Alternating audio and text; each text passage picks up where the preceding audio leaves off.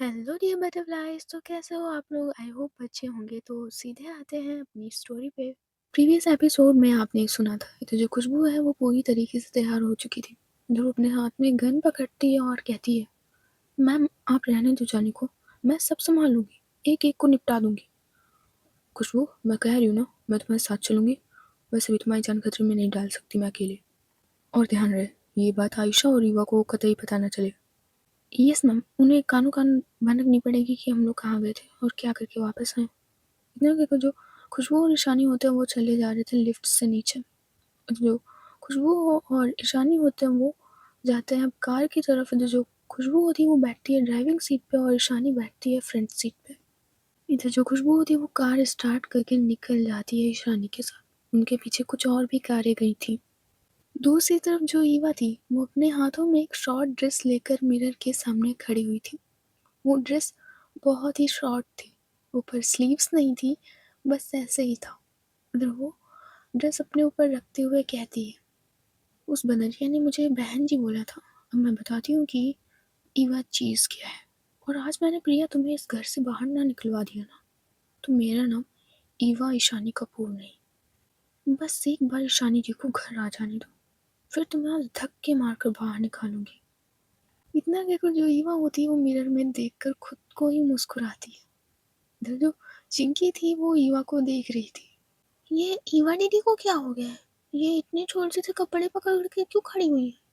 कहीं जा तो नहीं रही शनि जीजू के साथ? मैं इनको कैसे बताऊं कि मेरे एग्जाम खत्म हो गए हैं और इस सैटरडे पीटीएम है?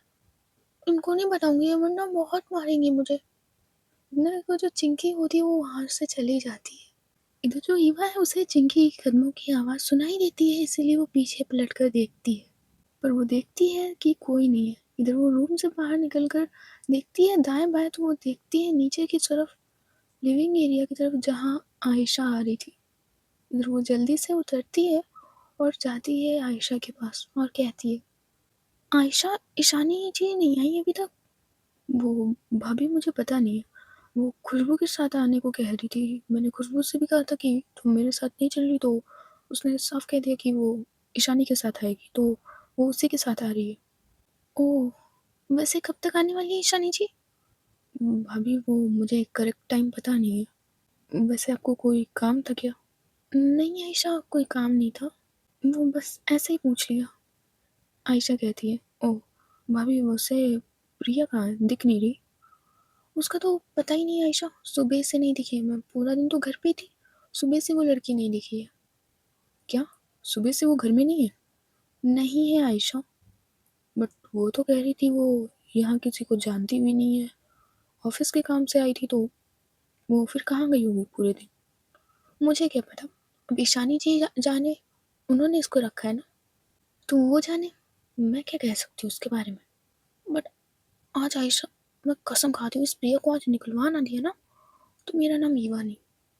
क्यों, क्या हुआ भाभी? कुछ नहीं आयशा, तुम जाओ रेस्ट कर लेके, और हाँ, डिनर कर लेना, मैं ईशानी जी के साथ करूँगी। वो भाभी मैं भी साथ में ही कर लूँगी सबके साथ, वो खुशबू के साथ। इतना कहकर जो आयशा होती है वो अपने रूम की तरफ चली जाती है। इधर वो चेंज करती है और सीधे बेड पे लेट जाती है।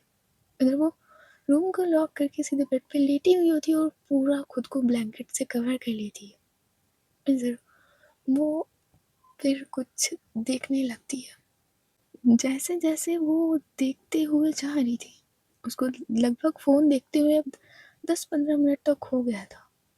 जैसे जैसे वो देखते जा रही थी उसके हाथ पैर कांप रहे थे, यहाँ तक उसकी बॉडी भी वाइब्रेट कर रही थी। उसके फेस पे पूरा पसीना हो चुका था। इधर अचानक से उसकी फ़ोन की रिंग बजती है। जो आयशा का फ़ोन होता है वो सीधे उसकी नाक पे गिर जाता है।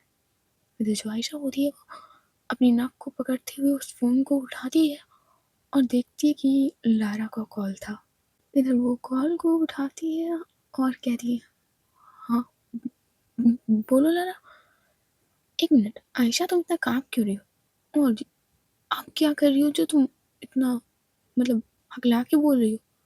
वो कुछ नहीं, वो बस ऐसे ही। अच्छा क्या करी थी तुम? और खुशबू कहाँ है? वो खुशबू ईशानी के साथ है। मैंने जो वेबसाइट बताई थी वहाँ देख ली है ना? कैसी वेबसाइट? मैं किसी वेबसाइट को नहीं जानती। लारा, मैं बाद में कॉल करती हूँ। आयशा, कॉल मत कट करना, मैं अगेन कर दूंगी या सीधे खुशबू या ईशानी मैम के पास कर दूंगी। पता है आयशा, मुझे लग रहा था तुम कुछ देख रही थी और मेरा फ़ोन तुम्हारे पास अचानक से आ गया। ये तुम्हारी आवाज़ बता रही है। ऐसा कुछ नहीं है लारा, ऐसा कुछ नहीं है। मैं वो बुक रीड कर रही थी। वो बुक, कौन सी बुक? वो मुझे नेम नहीं याद है। लारा, मैं बाद में कॉल करूँ? लिसन आयशा, सुनो मेरी बात। अगर तुम कुछ नहीं कर सकती तो कम से कम अगर खुशबू आगे बढ़े तो उसे मत रोकना। मैं नहीं जानती थी कि तुम इतनी डरपोक निकलोगी। अच्छा ठीक है, बाय, गुड नाइट। हाँ, और प्लीज़ इतना क्या जो लारा होती वो तो कॉल कट कर देती है, तो जो आयशा होती वो देखती है कुछ देर फ़ोन को और लिटरली वो काँप रही थी। दूसरी तरफ जो ईवा थी उसने शॉर्ट ड्रेस पहन ली थी।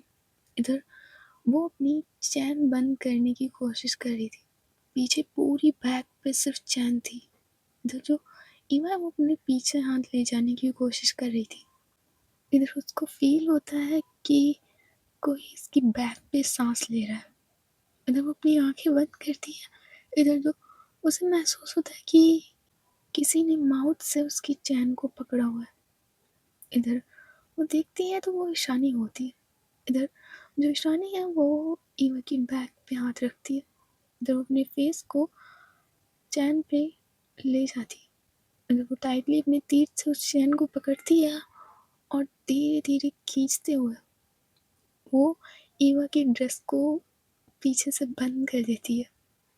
इधर जो ईवा थी वो अचानक से पीछे मुड़ती है तो देखती है कोई नहीं है। वो इधर उधर देखती है कमरे में, बट कोई नहीं था। इधर वो देखती है अपनी चैन की तरफ, बैक में जिप की तरफ जो अभी भी खुला थी। इधर वो अपने सिर पे हाथ मारते हुए कहती है, कहीं मैं इनके चक्कर में ना पागल ना हो जाऊं। कहीं भी दिखाई दे रही, वो भी कुछ भी करते हुए। सपने में भी चैन नहीं लेने देती। इतना कहकर जो ईवा होती है वो अपनी जिप खुद बंद करती है। जब वो खुद को देखती है तो मिरर में तो काफ़ी ज़्यादा प्यारी लग रही थी। उसकी लेग्स शॉर्ट ड्रेस में पूरी तरह से विजिबल हो रही थी। ईवा ने कभी भी शॉर्ट ड्रेस नहीं पहनी, ऑलवेज साड़ी या कुर्ती को वियर किया है। बट आज ईवा बहुत ज़्यादा सुंदर लग रही थी। उसके वो पिंक लिप्स ऑलवेज। इतना कहकर जो ईवा होती है अपने बालों को पूरी तरह से सही करती है और देखती है मिरर की तरफ और कहती है मुझसे कोई सुंदर? उस प्रिया से तो लाख गुना बेहतर हूँ मैं। इतना कहकर जो ईवा होती वो आती है अपने बेड पे। उधर अपना फ़ोन उठाती है और ईशानी को कॉल करने लग जाती है। उधर जो ईशानी होती है वो देखती है फ़ोन की तरफ और पिक करती है। उधर ईशानी कहती है, बोलो। ईशानी जी, आप कहाँ पे हैं? वो ऑफिस का कुछ काम है, मैं थोड़ी देर में आ जाऊँगी, डोंट वरी। नहीं, आप टाइम बताइए, आप कब आएंगे? एग्जैक्ट टाइम मुझे चाहिए। मे बी 3 आवर्स तक लग जाएंगे। 3 आवर्स? प्लीज़ जल्दी आइए ना। क्यों, कोई काम है क्या? नहीं, रहने दीजिए, आपसे तो बात ही करना बेकार है। इतना कहकर जो ईवा होती है वो कॉल कट कर देती है। उधर जो ईशानी होती है वो देखती है फ़ोन की तरफ और कहती है, अब इसे क्या हुआ? मैंने तो कह दिया था कि मैं 3 आवर्स बाद आऊँगी। इधर खुशबू कहती है, ईशानी मैम, आपकी एक गलती है। मतलब मैं आपकी साइड हमेशा रहती हूँ, बट इस बार आपकी गलती है। क्या गलती है मेरी?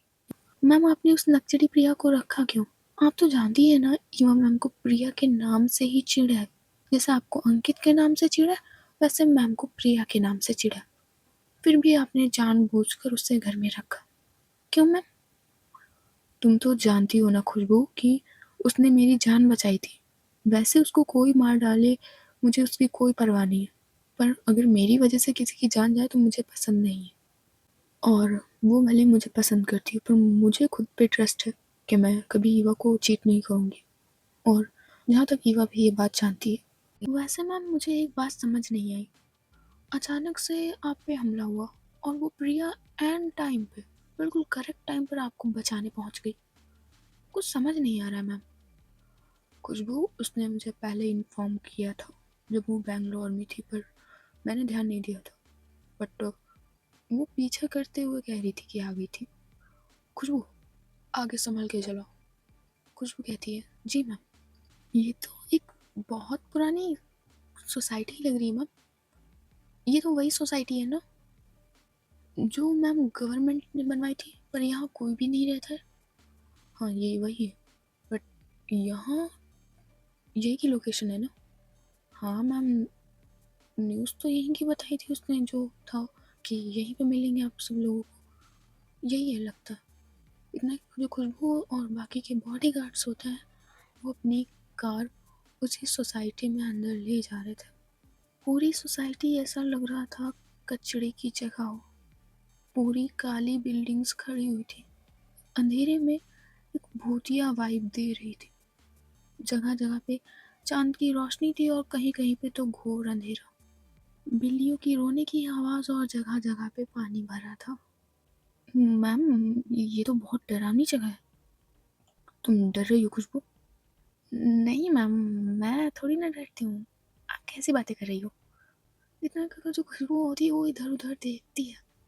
कार की रोशनी में थोड़ा बहुत ही साफ दिख रहा था। इधर जो खुशबू होती है वो अपनी कार को अचानक से रोकती है और देखती है एक फ्लैट की तरफ और कहती है मैम उस फ्लैट में लाइट जल रही है। तो जो ईशानी है वो देखती है उस फ्लैट की तरफ। खुशबू कहती है मैम मैं एक बार कंफर्म कर लेती हूँ। इतना कर जो खुशबू है वो किसी को कॉल करती है। उधर थोड़ी देर बाद जो खुशबू और ईशानी होता है वो निकलते हैं उस कार से। खुशबू कहती है मैम ये वही लोग हैं, उनकी सीसीटीवी में कार और बाइक पहचान में आ गई थी, और मुझे लगता है ये लोग यही छुपे हुए हैं। इन्फो से पता चला है, पर ये नहीं पता चला कि अंदर कितने लोग हैं। ईशानी कहती है अब आ गए हैं तो काम तो करना ही पड़ेगा, पर ध्यान रहे सबको मार देना, बस एक इंसान को छोड़ना। खुशबू कहती है जी मैम। इतना क्यों जो खुशबू होती है वो अपने हाथ में गन पकड़ती है। इधर खुशबू और ईशानी चुपके से बहुत धीरे धीरे सीढ़ियों से चलकर जा रहे थे। खुशबू कहती है मैम यहाँ तो एक भी दरवाज़ा नहीं है, ना ही गेट है, कुछ भी नहीं है। लगता है कंस्ट्रक्शन का काम चल ही रहा था। हाँ लगता तो ऐसा ही है। वैसे भी ऐसे लोगों का ये अड्डा हो जाता है। लोग भूतिया भूतिया करके छोड़ देते हैं और यहाँ पे घिनौने काम होते हैं। संभल के। इतना कि वो जो ईशानी होती वो अपने एक हाथ से गन पकड़े हुए थे क्योंकि दूसरे हाथ में उसकी बुलेट लगी थी। इधर जो खुशबू होती है वो, हम उसी फ्लैट पे ये सब लोग पहुंच गए थे। इधर जो खुशबू है वो इशारा करती है तो जो कुछ भी बॉडी गार्ड्स थे वो इधर उधर हो जाते हैं। उधर जो ईशानी और खुशबू होते हैं वो जाते हैं उस हॉल के अंदर। जैसे ही वो अंदर जाते हैं तो देखते हैं पूरा हॉल खाली पड़ा हुआ था, बट एक इंसान वहाँ पे बैठा हुआ था। अंधेरे में उसका फेस नहीं दिखाई दे रहा था। उधर जो ईशानी होती है उसकी तरफ एक हाथ से गन करते हुए कहती है कौन हो तुम और बाकी के लोग कहाँ हैं। तो जो वो आदमी होता है वो खड़ा होता है और कहता है मैंने पिछली बार भी कहा था कि मौत हो तुम्हारी, और तुम्हें क्या लगा कि तुम आओगी मुझे पता नहीं चलेगा। इधर वो आदमी अपनी ताली बजाता है और जैसे ही वो अपनी ताली बजाता है जो उसके लोग होते हैं वो आ जाते हैं। इधर कम से कम 8 लोग ईशानी के सिर पे गन रखते हैं और कुछ लोग खुशबू के सिर पे गन रखते हैं। इधर वो आदमी कहता है अपनी गन नीचे गिरा दो, वरना तुम एक गोली चलाओगी और मैं बच भी जाऊंगा, पर ये 8 के 8 लोग तुम्हारा भेजा खोल के रख देंगे। इतना कहकर जो वो आदमी होता है वो चल कर आता है। जैसे ही वो थोड़ा आगे बढ़ता है जो छत जो टूटी हुई थी उसकी रोशनी थोड़ी सी उसके फेस पे पड़ती है। इधर जो ईशानी और खुशबू होते हैं वो देखते हैं उस आदमी की तरफ जिसके सिर पे बाल नहीं थे, सिर्फ टकला चमक रहा था उस चाँद की रोशनी में। इधर जो खुशबू होती है उसकी थोड़ी हँसी छूट जाती है। उसने सोचा था कि कोई डाकू जैसा इंसान होगा, पर वो एक बकरी जैसी शक्ल का आदमी, जो उसका कलर इतना डाउन था कि अंधेरे में खड़ा कर दिया जाए तो ढूँढने से भी ना मिले। सिर्फ़ उसकी ब्लैक शैडो नज़र आ रही थी इन दोनों को। तो जो खुशबू होती है वो कहती है, "हो गया तुम्हारा तमाशा? अब हम अपना जलवा दिखाते हैं तुम्हें।" इतना कि जो खुशबू होती है वो थोड़ी-सी सीटी मारती है, एंड जैसे ही सीटी मारती है, जो बाकी के बॉडीगार्ड्स बाहर इधर-उधर थे, वो उनके लोगों पे गन रख देते हैं। तो जो वो लोग होते हैं, वो अपनी गन ईशानी और खुशबू से हटा देते हैं। तो जो ईशानी होती है वो आती है उस टकले आदमी के पास। वो उस आदमी से कुछ कहने ही वाली थी, तभी पीछे से गोलियां चलने की आवाज आती है और पल भर में ही ईशानी के बॉडीगार्ड्स और उस टकले के आदमी भी 2 मिनट नहीं लगता और सबकी लाशें वहां पे बिछ जाती हैं। तो जो खुशबू और ईशानी होते हैं वो अपने कान पे हाथ रख लेते हैं। तो जो टकला होता है वो मुस्कुरा के कहता है, यू डोंट नो कि तुम्हारा अब क्या होगा। तुम्हारी मौत सर पे नाच रही है। तुमने सोचा होगा कि मैं हूँ इसके पीछे। नहीं। इतना कहकर जो टकला आदमी होता है वो हंसने लगता है। तो जो ईशानी होती है वो उसके गर्दन पकड़ लेती है अपनी एक हाथ से। इधर जैसे ही ईशानी ने उस टकले इंसान की गर्दन पकड़ी थी, तभी एक गोली चलने की आवाज आती है। इधर वो गोली जस्ट खुशबू के पास से ही चली गई थी। तो जो खुशबू है वो तुरंत पलट कर देखती है और ईशानी भी। इधर वो टकले आदमी को पर पकड़ उसकी ढीली हो जाती है। जो टकला आदमी था वो वहां से भागने लगता है। तो जो खुशबू है वो देखती है ऊपर की तरफ, तो एक विंडो से एक आदमी खड़े होकर गोली चला रहा था।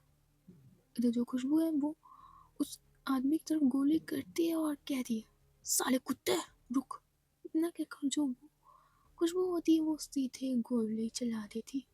इधर वो गोली उस आदमी के सीधे सिर के आर पार जाती है। इधर ईशानी की नजर जाती है दो लोगों पे और, जो उसी की तरफ बढ़ रहे थे, पर उनके हाथ में गन नहीं, एक डंडा था। मैम आप उस टकले को पकड़ो जाके, मैं इन दोनों को देखती हूँ। तो जो ईशानी होती है उस टकले को पकड़ने के लिए भाग जाती है। तो जो खुशबू होती है वो उन दोनों लोगों को देख रही थी। तो जो खुशबू होती है वो एक पंच मारने जा ही रही थी, पर उसमें से एक बॉडीगार्ड खुशबू की एक लेग को पकड़ता और सीधे उसे गिरा देता है।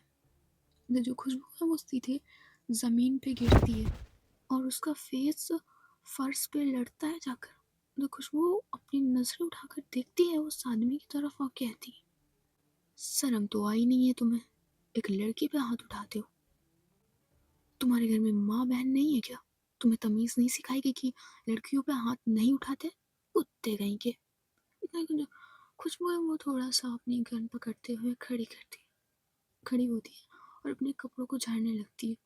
इधर जो एक आदमी होता है सीधे खुशबू के फेस पे डंडा मारने वाला होता है, बट जो खुशबू होती है वो अपना हाथ से उस डंडे को पकड़ लेती है और कहती है, खुद की सड़क छाप तो है ही शकल, मेरी भी बनाओगे क्या? इतने जो खुशबू होती है वो सीधे गन को पकड़ती है और उसकी नाक पे मुक्का मार देती है। जो दूसरा लड़का था वो खुशबू के पैरों पे डंडा मारने वाला था। जो खुशबू है वो उसके बहुत कस के लात मार देती है, बट ऐसी जगह मारती है कि सीधे आउट। फिर वो अपने हाथों को झाड़ते हुए कहती है, मुझसे पंगा लेंगे। क्योंकि फिर वो जो आदमी की जिसकी नाक पे मुक्का मारा था उसके हाथ की तरफ जाती है और अपने जूता रखते हुए कहती है, किसने भेजा तुम्हें? बोलोगे किसने भेजा था तुम्हें? जब वो लड़का कुछ नहीं बोलता, वो बस दर्द के मारे और चिल्ला रहा था। जो खुशबू होती है अपना शूज हटा लेती है उसके हाथ पे से और बैठते हुए कहती है, बोलो किसने भेजा था? बोलो। जो आदमी होता है कुछ भी नहीं बोलता। जो खुशबू होती है वो अपनी गन वो दूसरे लड़की की तरफ कर देती है। और कहती है, बताओगी या इसे मार दूँ? वरना भाई तुम ही बता दो, वरना मैं इसे मार दूँ। तुम दोनों दोनों में से कोई भी बताएगा, मैं उसे ज़िंदा छोड़ दूँगी। तो जो दोनों लड़के होते हैं वो नाम में से रिलाते हैं। तुम हमें मार भी दोगी ना, तब भी हम नहीं बताएंगे कि हम किसके लिए काम करते हैं। और तुम क्या हमें मारोगी, हम खुद मर जाएंगे। इधर वो दोनों लड़के अपने हाथों की रिंग को कैसे भी मुंह से खोलकर उसमें जो कुछ भी भरा था वो लोग खा लेते हैं। इससे पहले खुशबू उन दोनों को रोक पाती, उनके मुंह से झाग निकलने लगता है। उधर खुशबू उनके गालों पे मारते हुए कहती, डैम इट, बोलो किसने भेजा था तुम्हें? तुम लोग ऐसे नहीं मर सकते, बताओ किसने भेजा था तुम्हें? इतना कि जो खुशबू होती है वो उनके गालों पे मारने लगती है। वो उनके गालों पे मार ही रही थी, तभी उसे फर्श पे एक काली परछाई दिखती है। इधर वो पीछे मुड़कर देखती है और तभी एक वही आदमी अपने हाथ में एक डंडे पे लोहे के तार को लपेटा था उसने, और वो खुशबू की तरफ उस डंडे को बढ़ा रहा था। जो खुशबू है वो अपने हाथ से उस तार वाले नुकीले डंडे को रोक लेती है। इधर वो सारे तार खुशबू के हाथ में घुस जाते हैं। इधर जो वो आदमी होता है वो उस डंडे को अब छोड़ देता है, क्योंकि वो खुशबू के पूरे हाथ में घुस चुका था उसकी हथेली में। इधर जो वो आदमी होता है वो कसकर लात मारता है खुशबू के सीने की तरफ। जो खुशबू होती है वो जमीन पे ही थोड़ी दूर तक घसीट कर चली जाती है। तो जो खुशबू होती है वो अपने हाथों से उस तार को धीरे से निकालती है। उधर उसके हाथों से खून बहना स्टार्ट हो गया था। उधर वो देखती है उस लड़की की तरफ और कहती है, कौन है भी तू, कौन है? इतना कहकर जो खुशबू होती है बढ़ती है उसकी तरफ, जो लड़का होता है वो भी बढ़ता है खुशबू की तरफ। इधर ये दोनों लोग लड़ने लगते हैं। दूसरी तरफ जो ईशानी थी वो उस टकले आदमी के पीछे भाग रही थी। उसके हाथों में चोट लगी थी, गोली लगी थी, इसलिए उसे भागने में थोड़ी दिक्कत हो रही थी, क्योंकि जब वो भाग रही थी उसकी चोट से खून बहना स्टार्ट हो गया था। जो वो टकला इंसान ईशानी को लेकर सबसे टॉप फ्लोर पर पहुंच गया था। ईशानी कहती है, तुम अब कभी नहीं कहीं नहीं भाग सकते, ये लास्ट फ्लोर है और हम सबसे ऊपर खड़े हैं। अब तुम यहाँ से कहीं नहीं भाग सकते। बोलो तुम किसके लिए काम करते हो, किसने भेजा था मुझे मारने के लिए? जो वो टकला इंसान होता है वो ईशानी की तरफ देख के सिर्फ मुस्कुराता है। उसके वाइट टीथ उस अंधेरी रात में भी चमक रहे थे। जो वो टकला इंसान होता है वो बढ़ता है किनारे की तरफ। क्या करे तुम, गिर जाओगे बेवकूफ कहीं के। सिंपल से बता दो, मैं तुम्हें जिंदा छोड़ूंगी। बोलो किसके लिए काम करते हो? और जो टकला आदमी होता है वो मुस्कुराते हुए किनारे की तरफ बढ़ रहा था और वो अचानक से उस फ्लोर से गिर जाता है। तो उसकी चीखने की आवाज आती है और वो सीधे जमीन पे धड़ाम से गिरता है जाकर। इधर ईशानी उसकी तरफ भागती है और देखती है नीचे की तरफ, तो वो अब मर चुका था। इधर जो ईशानी होती है वो जल्दी से उठती है वहां से और वो आने लगती है नीचे। इधर जैसे ही नीचे आती है तो देखती है खुशबू किसी लड़के के साथ लड़ रही है। इधर जो वो लड़का था वो खुशबू के फेस पे 2-3 पंच मारता है। इधर जो खुशबू होती है वो सीधे जमीन पे गिर जाती है। इधर जो ईशानी होती है वो सीधे अपनी गन पीछे से निकालती है। इधर वो अपने एक हाथ से ही उस लड़के के लेग पे मार देती है। जो लड़का होता है वो सीधे बैठ जाता है अपनी नीज के बल। उधर जो खुशबू होती है वो जल्दी से जाती है अपनी ज़मीन पे से गन उठाती है और आती है उस लड़के के पास। इधर जो वो लड़का होता है उठने की कोशिश करने लगता है, जो खुशबू होती है वो सीधे एक और बार फायर कर देती है उसकी दूसरी लेग पे। इधर जो वो लड़का होता है फिर से बैठ जाता है। इधर जो ईशानी होती है वो आती है सामने और कहती है, बोलो क्यों मारना चाहते हो मुझे? क्या दुश्मनी है मेरी और तुम्हारी, या सिर्फ तुम एक मोहरा हो, तुम्हें चला कोई और रहा है? बोलो किसके लिए काम करते हो? तुम्हें मुंह मांगी कीमत मिलेगी, और अगर नहीं बताया तो मौत मिलेगी। जल्दी से बताओ किसके लिए काम करते हो? तो वो लड़का होता है वो थोड़ा-सा मुस्कुराता है और कहता है, "do whatever you want, but I won't tell you." "तो तुम नहीं बताओगे?" "No, no, do anything, I am not telling, and he will be destroy your entire family." इतना कहकर जो लड़का होता है वो बहुत मुस्कुराने लगता है। तो जो ईशानी होती है वो अपना जो सही वाला हाथ है उसके मुंह पे बहुत तेज मारती है। तो जो लड़का होता है वो सीधे जमीन पे गिर जाता है। उसके मुंह से थोड़ा बहुत खून भी निकलने लगा था। जब वो लड़का अपने हाथों से अपने लिप्स के खून को पोंछते हुए कहता है, "they will burn your wife, you and your family alive." इधर जो ईशानी होती है वो सीधे अपना पैर मारती है उस लड़के के मुंह पे। "तू मेरी फैमिली को जिंदा जलाएगा? तेरी औकात क्या है बे? तुम मेरी फैमिली को जिंदा जलाएगा, वो मेरी वाइफ को?" इतना कहकर जो ईशानी होती है वो जाती है इधर कॉर्नर में जहाँ पे वो लोहे का तार से लिपटा हुआ डंडा पड़ा था। तो जो खुशबू है वो जाती है ईशानी के पास, उसे रोकने की कोशिश करती है, बट जो ईशानी होती है वो आती है उस लड़की के पास और अपने एक हाथ से ही उसके आर्म पे खींच कर वो लोहे का तार मारती है। इधर इधर वो जो लड़का होता है वो गिरता है जाकर जमीन पे फिर से, बट वो फिर भी मुस्कुरा रहा होता है। तो जो ईशानी होती है उसका गुस्सा और भी बढ़ जाता है। इधर वो फिर से उसे मारते हुए कहती है, "तू मेरी वाइफ को जिंदा जलाएगा? तू मेरी वाइफ को जिंदा जलाएगा?" इतना कहकर जो ईशानी होती है वो 2-3 बार उसके पैर पे कहीं हाथ पे मारे जा रही थी। इधर जो खुशबू है उसको रोकने की ट्राई करती है कि, "मैम, आप इसे थोड़ा सा जिंदा छोड़ दो मैम, इससे पता लगाना है कि कौन आपको मारना चाहता है मैम मैम।" बट जो ईशानी होती वो उसे मारे जा रही थी, बट वो लड़का सिर्फ मुस्कुरा रहा था। उसकी पूरी बॉडी खून से लथपथ हो चुकी थी। तो जो ईशानी होती वो डंडा फेंक देती है साइड में और एक हाथ से उसके बाल पकड़ते हुए कहती है, "मेरी फैमिली का जो कुछ भी होगा वो होगा, बट तू जिंदा नहीं बचेगा। बट एक लास्ट चांस दे रही हूँ, बता दे किसने भेजा है तुम्हें, तुम किसके लिए काम करते हो, शायद मैं जिंदा छोड़ दूँ।" जब वो लड़का मुस्कुराता है और कहता है, "he will destroy your entire family, your entire family will be burned alive, get get get ready." इतना कहकर जो लड़का होता है वो सीधे फर्श पर अपने हाथों को छोड़कर गिर जाता है।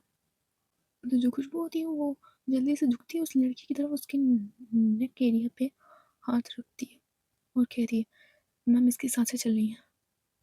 अगर जैसे ही खुशबू ने ये कहा था उस लड़की की अचानक आंखें खुलती हैं और ये देखने में काफ़ी ज़्यादा भयानक था कि उस लड़के का पूरा फेस ब्लड से लथपथ था, तो ये दिखने में काफ़ी भयानक था।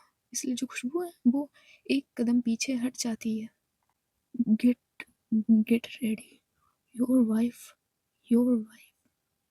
तो जो ईशानी होती है वो सीधे अपनी गन उठाकर उसके सीधे माथे में 2-3 बार शूट कर देती है और कहती है, "मेरी वाइफ के सामने जिसने भी आंखें उठाई ना तो उसकी आंखों से गोटियां खेलूंगी।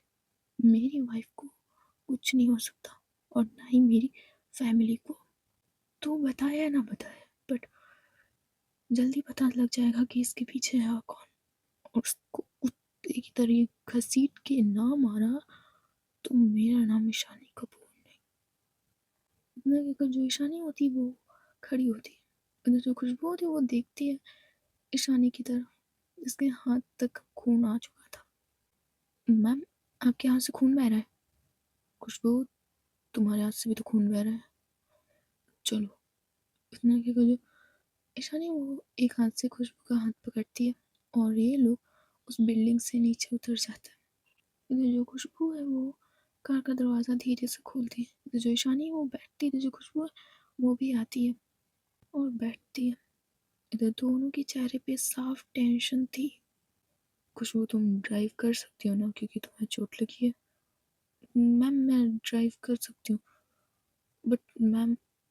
क्या हुआ खुशबू, कोई प्रॉब्लम है? मैम, प्रॉब्लम तो अभी भी हमारे सामने आई है। लोग मरने को तैयार हैं तो उस इंसान का नाम नहीं बता रहे हैं। खुशबू, तुम टेंशन मत लो और ध्यान रहे ये बात दादी को ना पता चलने पाए, ठीक है? यस मैम, मैं दादी को कुछ नहीं बताऊंगी। खुशबू, एक काम करो, जितने भी बॉडी गार्ड्स की डेथ हुई है उनकी फैमिली में उनका जितना भी खर्चा हो आज से हम उठाएंगे। मेरी वजह से इतने लोगों की जान गई है तो उनकी फैमिली का खर्चा मैं उठाऊंगी। मैम, क्या बात करिए, आपको पता नहीं क्या? उनकी कोई फैमिली नहीं है बॉडीगार्ड्स की, सिर्फ 2 ही 3 लोग हैं जिनकी अभी भी शादी हुई थी। बाकी सब तो मेरी तरह अनाथ है ना मैम।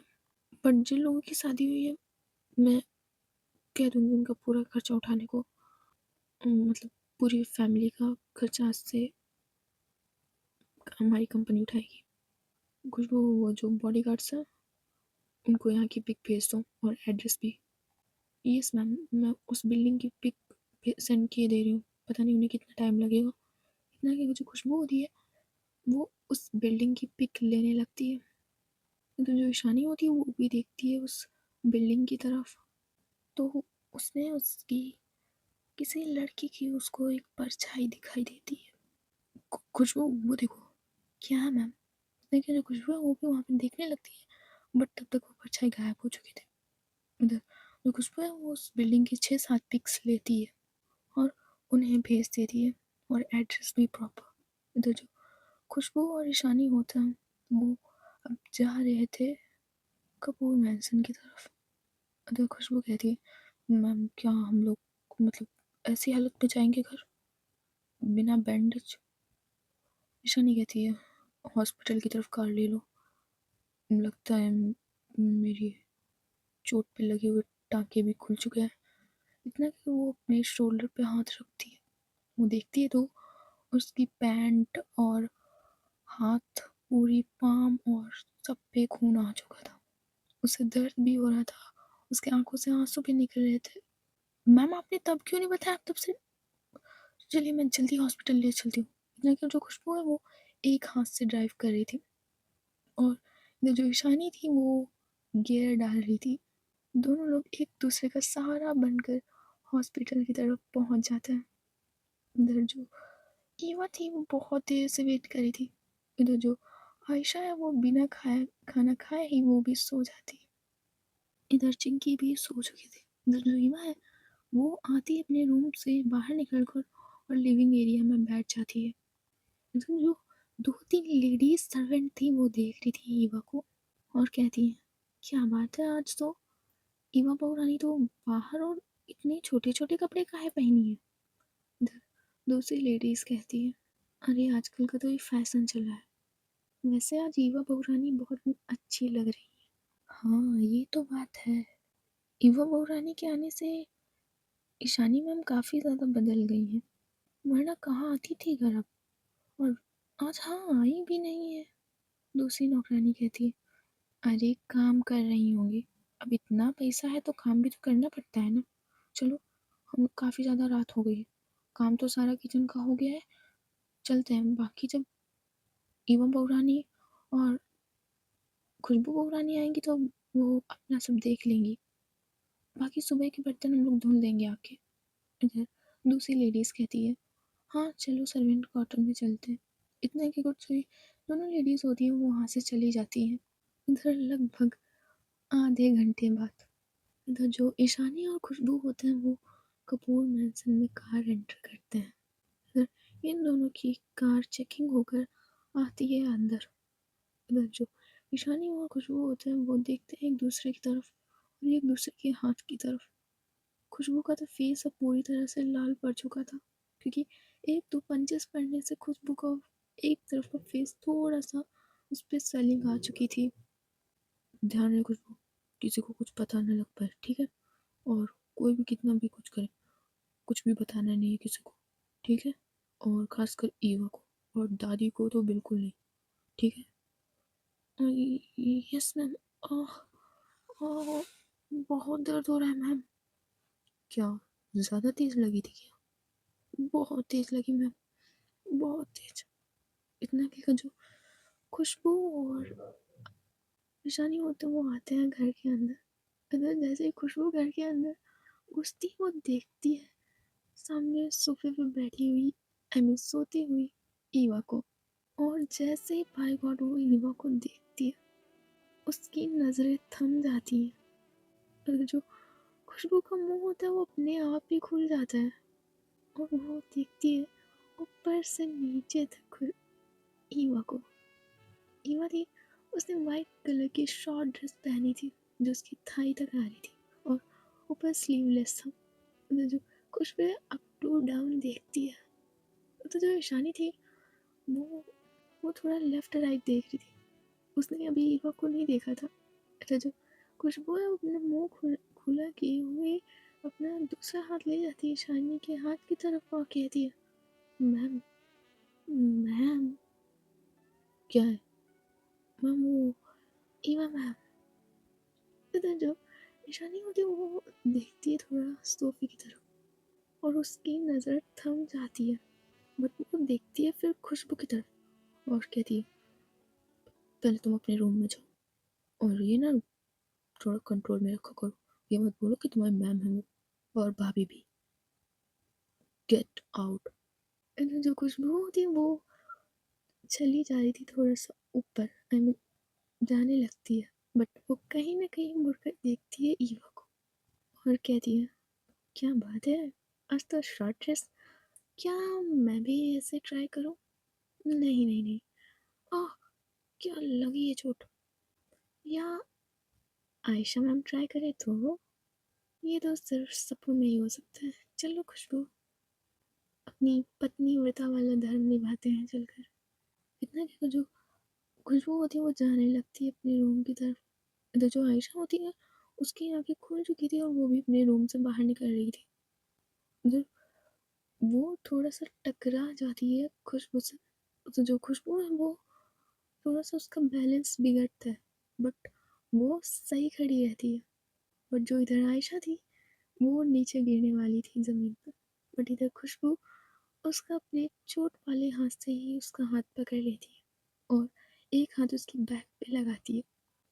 आ आयशा मैम, थोड़ा संभल के नहीं चल सकती आप? इतना का जो खुशबू है वो आयशा को सही करती है, हमें सही खड़ा कर देती है और देखती अपने हाथ की तरफ और कहती है, बेकार में मेरी चोट। आह, क्या हुआ तुम्हारे हाथों में? कुछ नहीं है आयशा मैम, वो गलती से चोट लग गई। हटिए, मुझे जाने दीजिए। बट मैंने पूछा क्या हुआ है हाथों में और दिखाओ मुझे। इतना का जो आयशा होती है वो खुशबू का हाथ पकड़ लेती है और फिर देखती है उसके फेस की तरफ और कहती है, ये तो, एक मिनट, तुम मार खा के आई हो कहीं से? नहीं, वो आज ऑफिस की लिफ्ट खराब थी।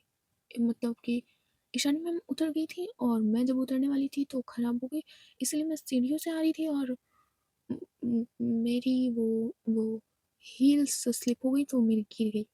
तभी हाथ में वो रेलिंग लग गई एंड फेस मेरा दीवार से टकरा गया। मैं एक रूम में जा रही हूँ। इधर जो आयशा होती है उसका हाथ पकड़ लेती, बट आयशा के हाथ सिवर कर रहे थे। जो खुशबू है वो देखती है आयशा के हाथ की तरफ।